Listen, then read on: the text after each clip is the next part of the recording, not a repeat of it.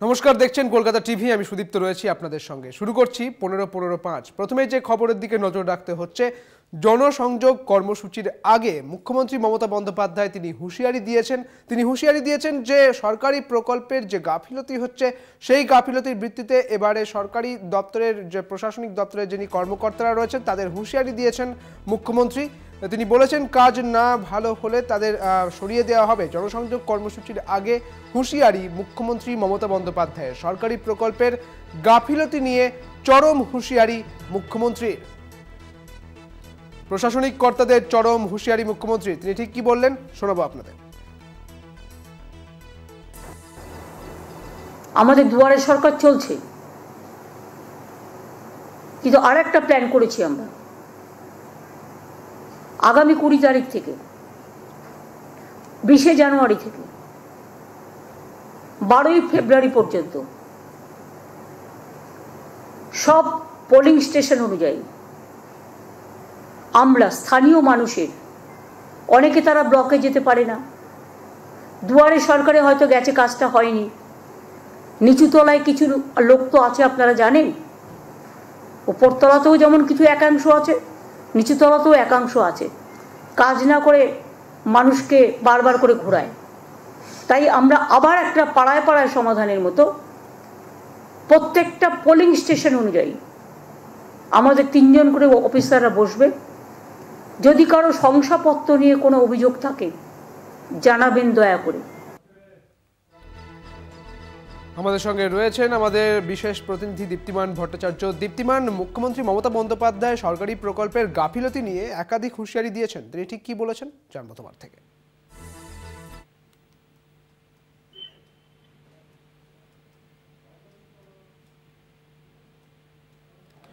দীপ্তিমান, মুখ্যমন্ত্রী মমতা বন্দ্যোপাধ্যায় একাধিক হুঁশিয়ারি দিয়েছেন এবং তিনি বলেছেন যে সরকারি প্রকল্পের যা গাফিলতি রয়েছে তা নিয়ে এই হুঁশিয়ারি মূলত। তিনি ঠিক কি বলেছেন শুনবো।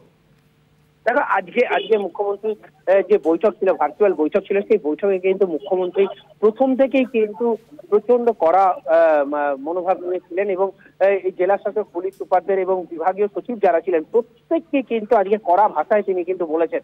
এবং যেটা তিনি বলেছেন যে যদি কেউ কাজ ঠিকভাবে করবেন না, যারা কাজ করবে না তাদেরকে কিন্তু সরিয়ে দেওয়া হবে এবং কাজ করছেন যারা তাদেরকে অগ্রাধিকার দেওয়া হবে।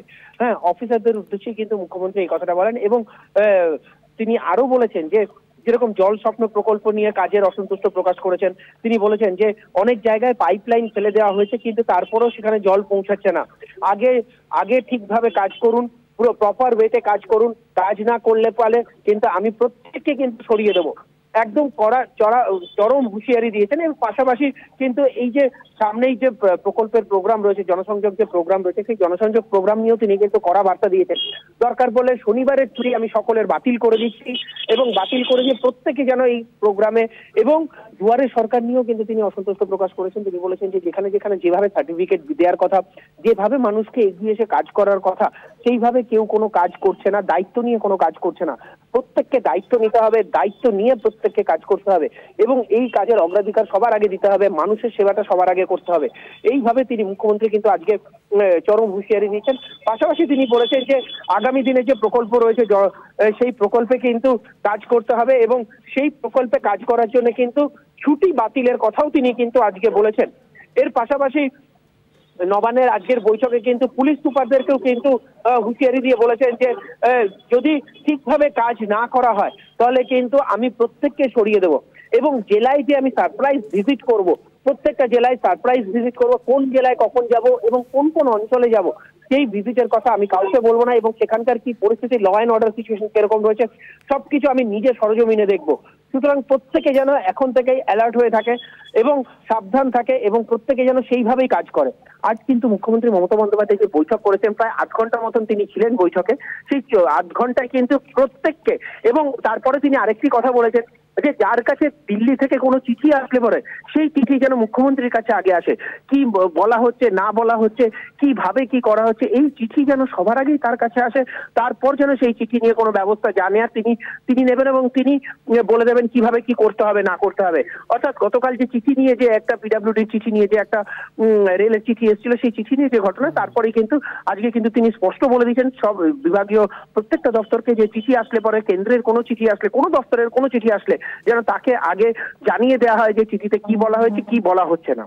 একদমই ধন্যবাদ দীপ্তিমান তোমায়। আমাদের সঙ্গে ছিলেন আমাদের বিশেষ প্রতিনিধি দীপ্তিমান ভট্টাচার্য।